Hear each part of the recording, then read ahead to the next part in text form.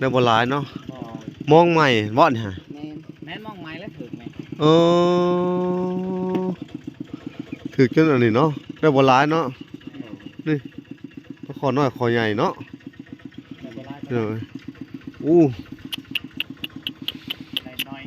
ได้บ่หลายปานใดพี่น้องเอ้ยมาแต่ใส่มองเนาะได้มองใหม่ก็บ่ใส่เลยนี่พี่น้องย้อนตากฝนอยู่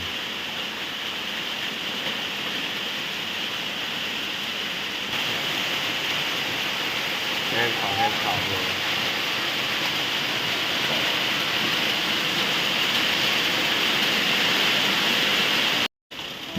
เลิกอยู่วะโตเอาขึ้นไล่เลยเก่งฮึบน้ำนิดเดียวไอ้แก้วน้ำนิดเดียวดึงขึ้นเลยมันนี่ขึ้นติดตัวเดียวนี่แหละ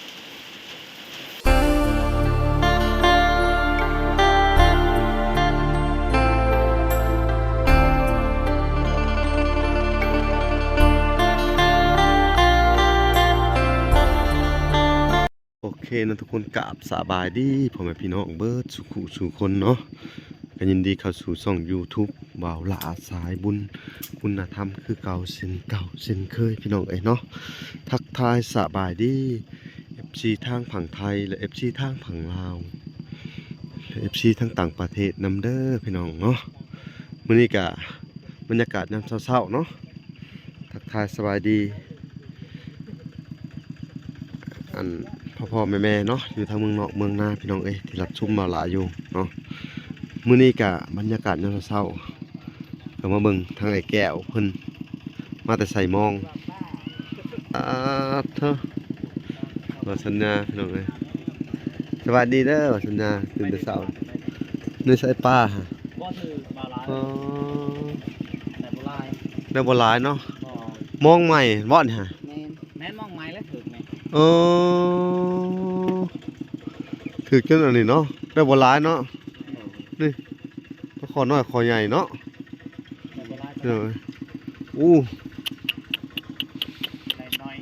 ได้บ่หลายปานใดพี่น้องมาแต่ใส่มองเนาะได้มองใหม่ก็บ่ใส่เลยนี่พี่น้องพอได้ปนอยู่แสดงว่ามันถึกแต่แรกๆพุ่นได้มันเน่าไว้เนาะแสดงว่าไปไล่เอาก็ได้เด้อบัดนี้ไปไล่เอาเด้อมองกันเห็นมองไล่เอาเนาะไล่เอาล่ะกินเลยเอามากินเลยเนาะเบิ่งเลยมันสิเน่าล่ะมองใหญ่ได้โตได้2โตบ่มานปานใดพี่น้องเนาะยามเช้าๆเนาะสบายดีก่อนมันสบายดีก็มาปลดก็พอได้กินอยู่ทางหน้าตื่นมาแล้วก็ได้สวัสดีแล้วสวัสดีเด้อตื่นมาแล้วก็นึ่งข้าวเลยเนาะน้องทางนี้ก็กำลังนึ่งข้าวเนาะ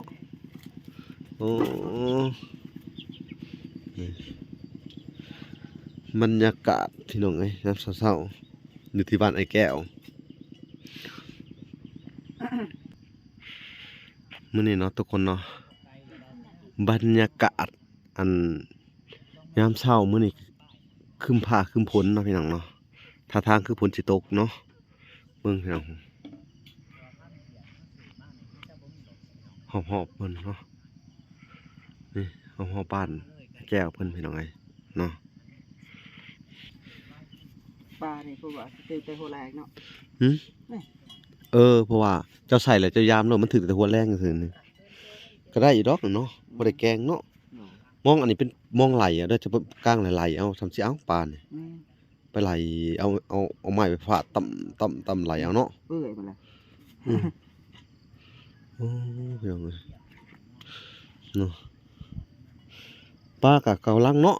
กำลังดีเนาะกำลังแบบอันไหนอยู่แกงเนาะแกงสดคำละโตพี่น้องเปื่อยหมดแล้ว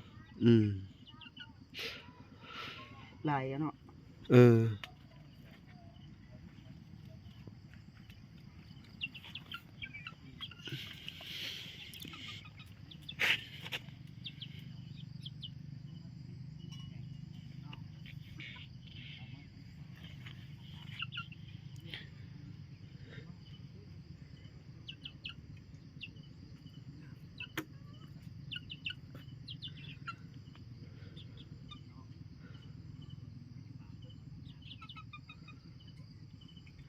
ปล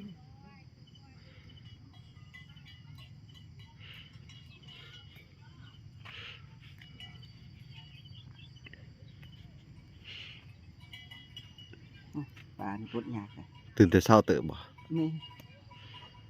อืม ปลาอันนี้นะปลาอย่างปลากับคอนี่กดยาก ปลากระป๋อง นี่ ปลาป้านี่เขาเอิ้นปลาอันใหญ่ที่สุดในโลกนะ แม่นเดี๋ยวนี้แหละใหญ่ที่สุด ต้นนี่บ่ แม่นละ อธิบายให้ฟังหน่อยมันคือใหญ่ที่สุด เจ็ดเขาเอิญซื้อมันไว้นั้นเนาะ ปลาขับของ แม่น มันใหญ่จนขับของเนาะ แม่น ขับโค้งอะไรพี่น้อง ใหญ่แห้งเนาะ เท่ากับป้านี่อื่นว่าใหญ่ในป้าเท่านี้เนาะใหญ่กว่าแม่ ตาตัวใหญ่ของมันคือฝึกมองน้อยสวรรค์เนี่ย ผสมซื้อมันเนาะ ปลาผสมซื้อพี่น้อง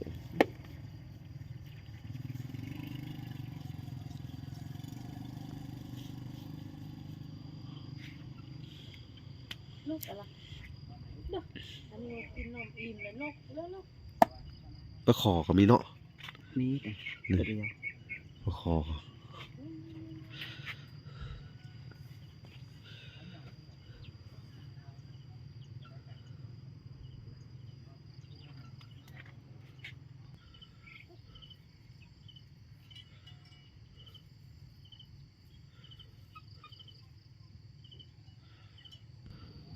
นี่เนาะทุกคนเนาะท้องฟ้าครึมๆและเสียงฟ้าห้อง คือฝนสิตกเลยพี่น้องไอ้มื้อนี้อากาศอบอ้าวแต่เช้าเลยเนาะ แม่ มื้อนี้ก็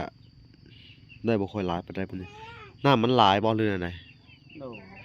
น้ำหลายแล้วก็น้ำไหลแห้งเนาะ โด อ๋อมันเลยบ่ถึกพี่น้องไอ้ปลา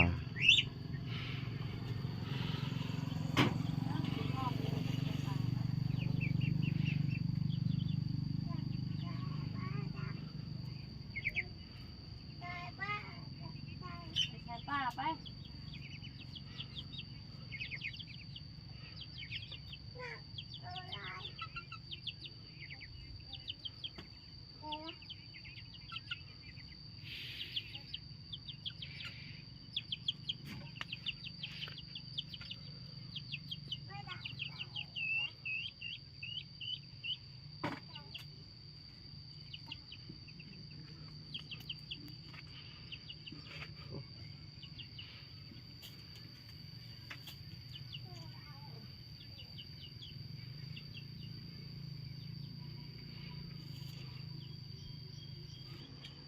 ไปปลาแล้วลูก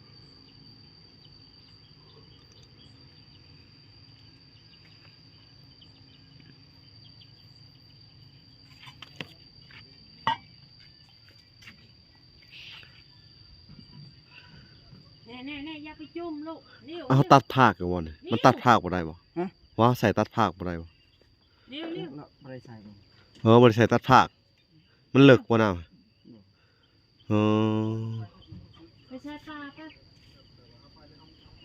ใส่ตัดกำน้ำลึกเด้ เออ สั่งจิ้งอยู่อะไร เอาพี่น้องเอ้ยกะปลดปลากะยากแน่เป็นปลาน้อยเนาะพี่น้องยังเหลือโตบาทเหลือ2โตเนาะมงใหญ่เนาะซักไว้ก่อนเนาะ โด เอาไว้ให้ปลาขึ้นหลายๆอีกจังไสหรือว่าน้ำมันขอนลงบ่จังไปใส่ใหม่น้ำเลิกเนาะฝนตกแห้งอีหลีมื้อน่ะพี่น้องเอ้ยมันก็เลยยากเลยนี่พี่น้องเอ้ย แม่นแล้ว เป็ดไก่ของทางไอ้แก้วเพิ่น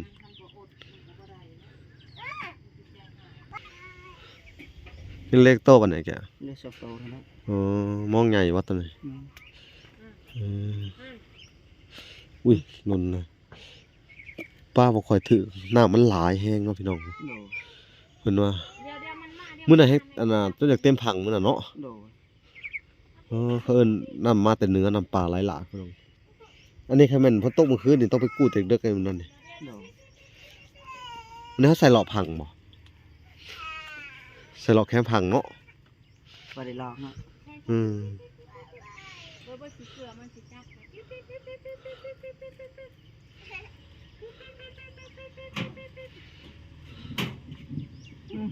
ตกไม่มาไหนกะวะบ่เหลือกะวะ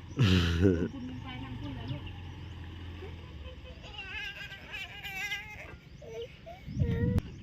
ผ้าห้องพี่น้องเอ้ยอ้าเถอะ อ่ะหมดละ หมดแหละ แม่น เอาไปสักไว้ไปอิหยังนี่ชนอิหยังมันคือยาวสูกหลักซากนี่ ยังหอยกระติก นี่หอยอันนี้น่าจะมีในเซหลายเนาะมันกินแซ่บได้หอยต้มกินเด้อมันหอยหยังเฮ็ดหอยชายเนาะ แม่น มันอยู่ในเซพี่น้องเอ้ยอืม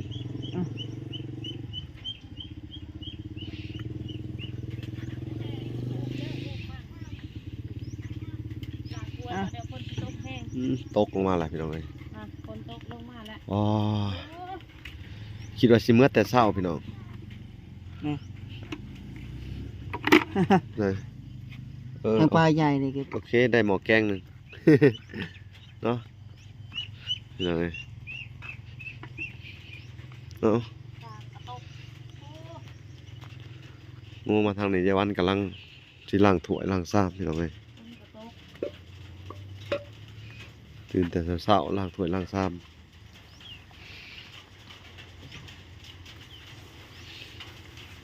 มาแล้วพี่น้องฝนตกมาแล้วโอ้ อุ้ยพายุเข้าอีกแล้วพี่น้องไอ้บาทเลยโอ้เอาผมก่อนเถอะ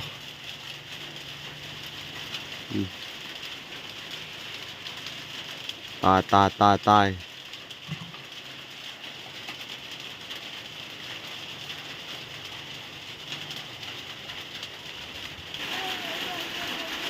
ฝนตกไอ้แก้วก็เก็บเมี่ยนรถเมี่ยนล้างพี่น้องเลย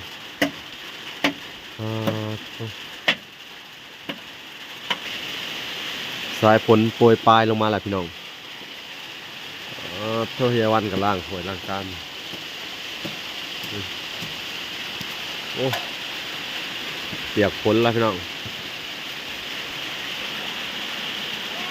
เฮียวันตากฝนอยู่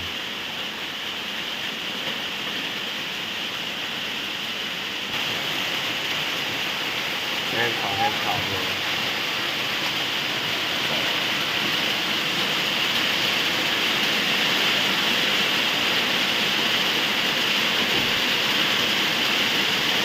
ตัดผ้ามาอยู่ดีกว่าในแก้วมือแรงเนี่ยเกลียดร้ายมือแรงเนาะ ไปจับไปแล้วมันไหน ไปจับเด้ออ๋อเกลียดออกแล้วพี่น้องมือแรง ไปแต่ตัวแรกแล้ว มาแต่คนแรงเลยเนาะเอาเบอร์เดอร์แขนนอกแขนใหญ่บัดนี้ ไว้ตากแห้ง ตากแดดไว้เนาะ คนตกเหนื่อยพอดีละมาหน่อยก็ตายละจำบุญนังละ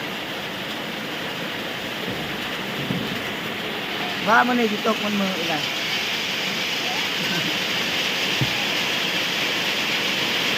สงสัยเบิดมืออยู่เนาะ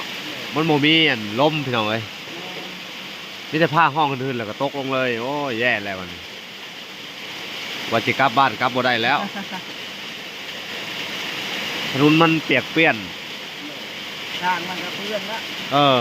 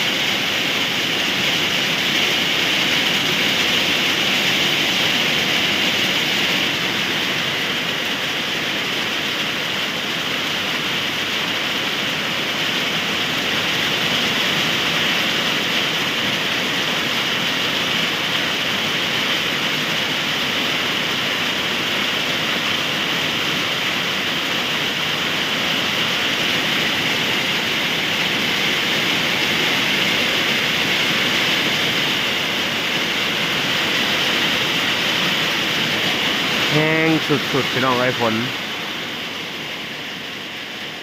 ว้าวแห้งเลย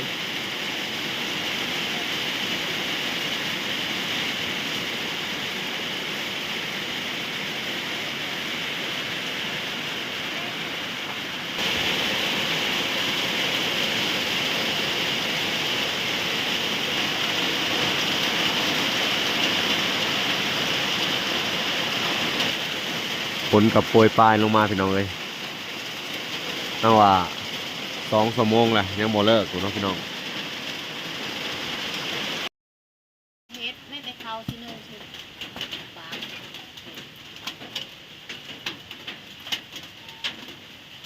หลังจากฝนเช้าตกเนาะพี่น้องเนาะนายแก้วเพิ่นกะ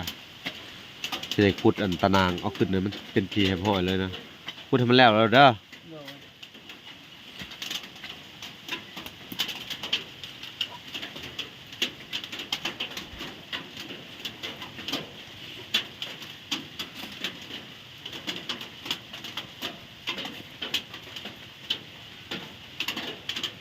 ลิ้นอ่อนอยู่พี่น้องเลยอ่อนกำลังขุดได้นายแก้วเพิ่นเอาตะนางขึ้นก่อนอากาศในตอนเช้าก็หนาวอยู่พี่น้องเลย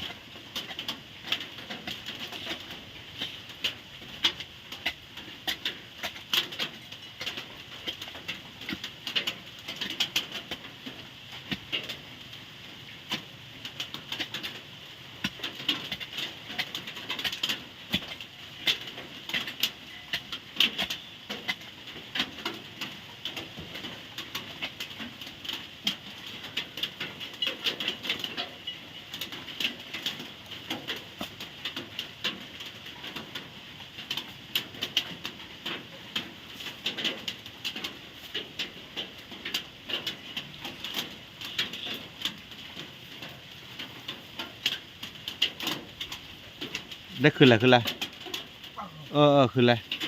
พุทธนะหันแหละมันไม่ก้อนหินเหมือนบอก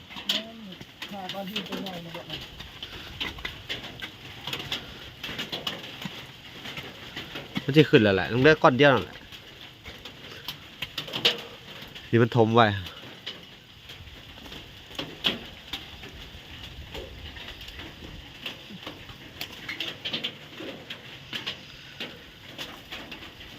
ฝนก็ยังโปรยปลายอยู่พี่น้องเอ้ย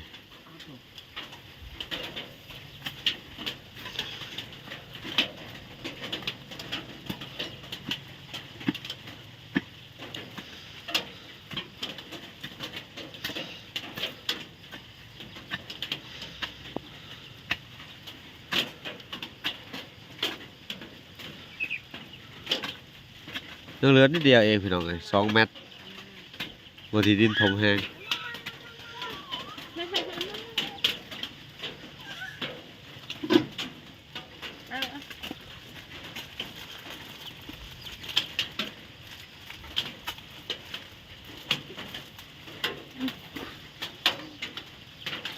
นั่งลงนั่งลงนั่งลง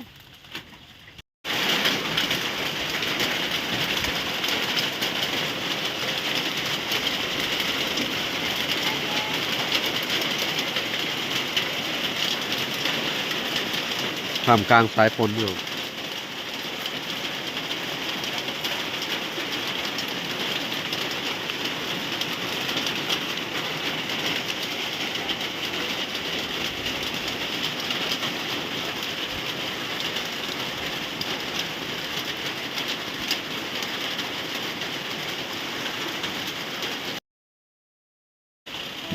เลิกอยู่วะ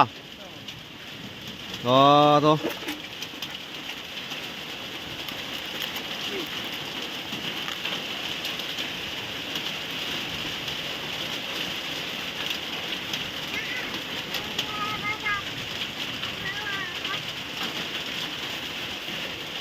คนยังปล่อยๆอยู่พี่น้องเลย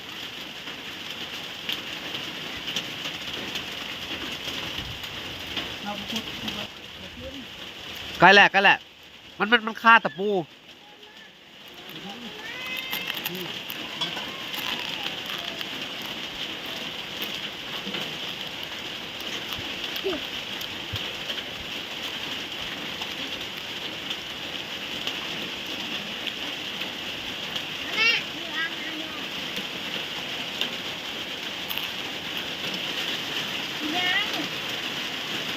แล้วใครเชื่อ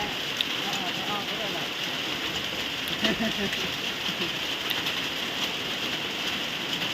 นี่ได้ก็มาที่คนมาคงที่จะมาที่ที่ อ๋อ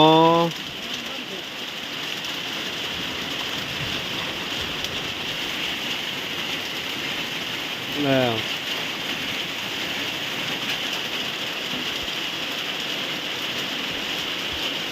ขยันแต่เศร้าเลยพี่น้องเลย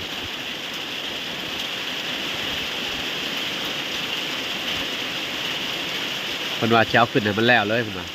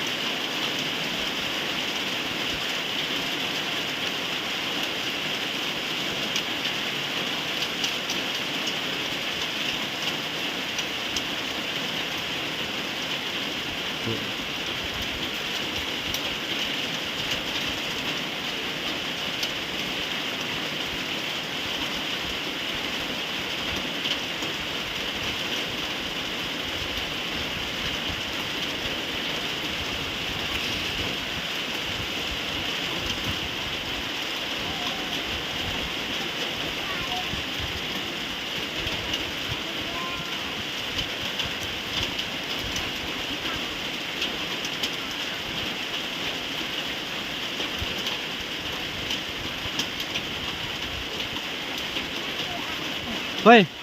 แล้วอะไรเอาขึ้นไล่เลยเออเก่งเก่งฮึบฮึบน้ำนิดเดียวไอ้แก้วน้ำนิดเดียวน้ำนิดเดียวดึง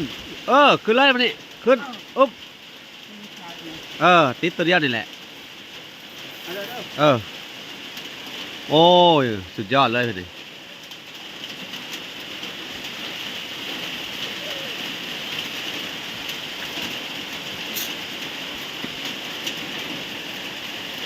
ในที่สุดก้าวตะนางขึ้นได้เป็นทีแห่งห้อยเนาะ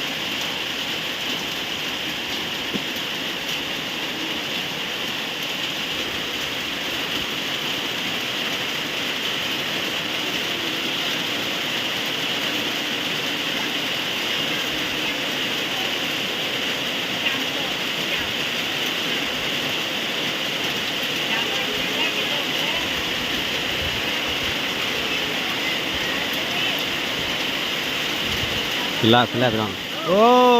ขึ้นแล้วจบเจือเอาบาดดิพี่น้องหมดไปก่อนให้พ้นเช้าก่อนว่างๆจังเห็นเลยทีเดียวบาดดิ เออ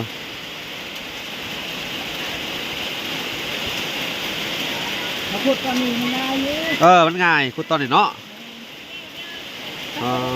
เท่าพี่น้องเลยม้วนไว้ป้าไว้นี่ก่อนเนี่ย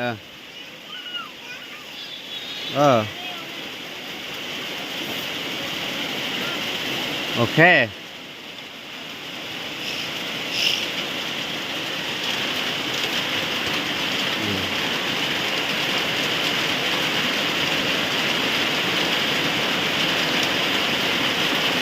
มันตกแห้งๆเข่าแห้งเข่าพี่น้องเลย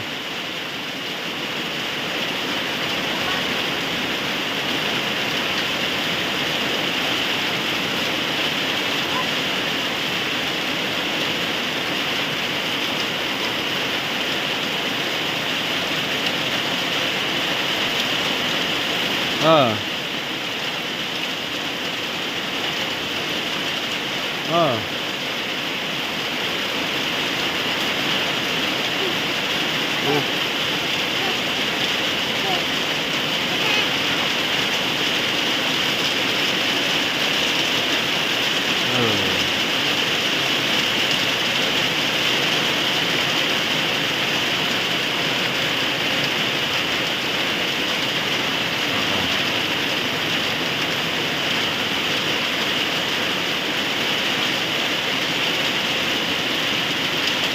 ไอ้แก้วก็เก็บขยะไปน้ำพี่น้องเลย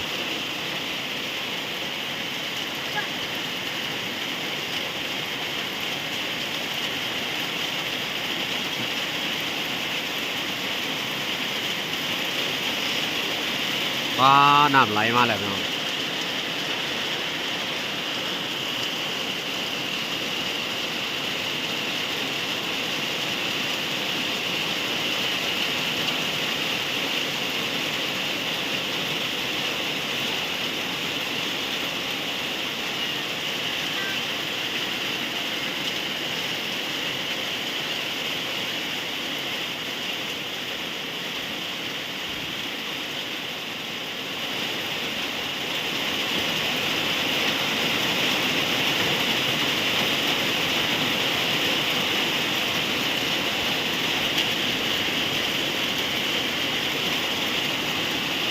ผลเสาจะขุดเสาขึ้นอีกพี่น้องเลย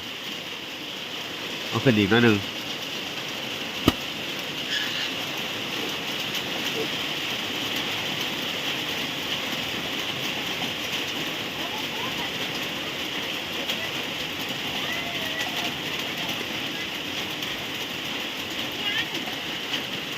โอเคพี่น้องคลิปนี้ไอ้แก้วกะลือหัวเสร็จเนาะตื่นแต่เช้าลองเขย่าดู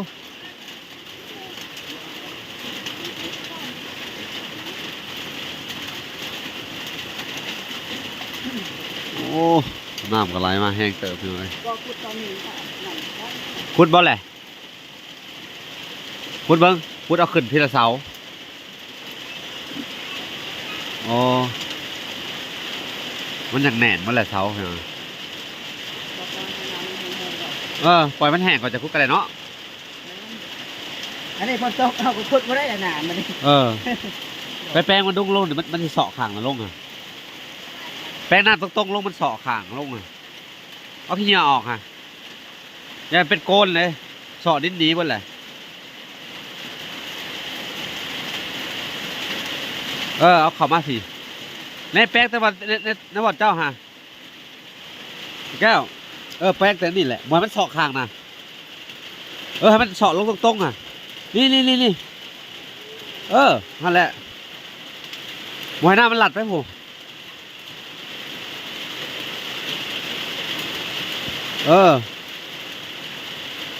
ต้องเอาหินมาใส่พี่น้องเลย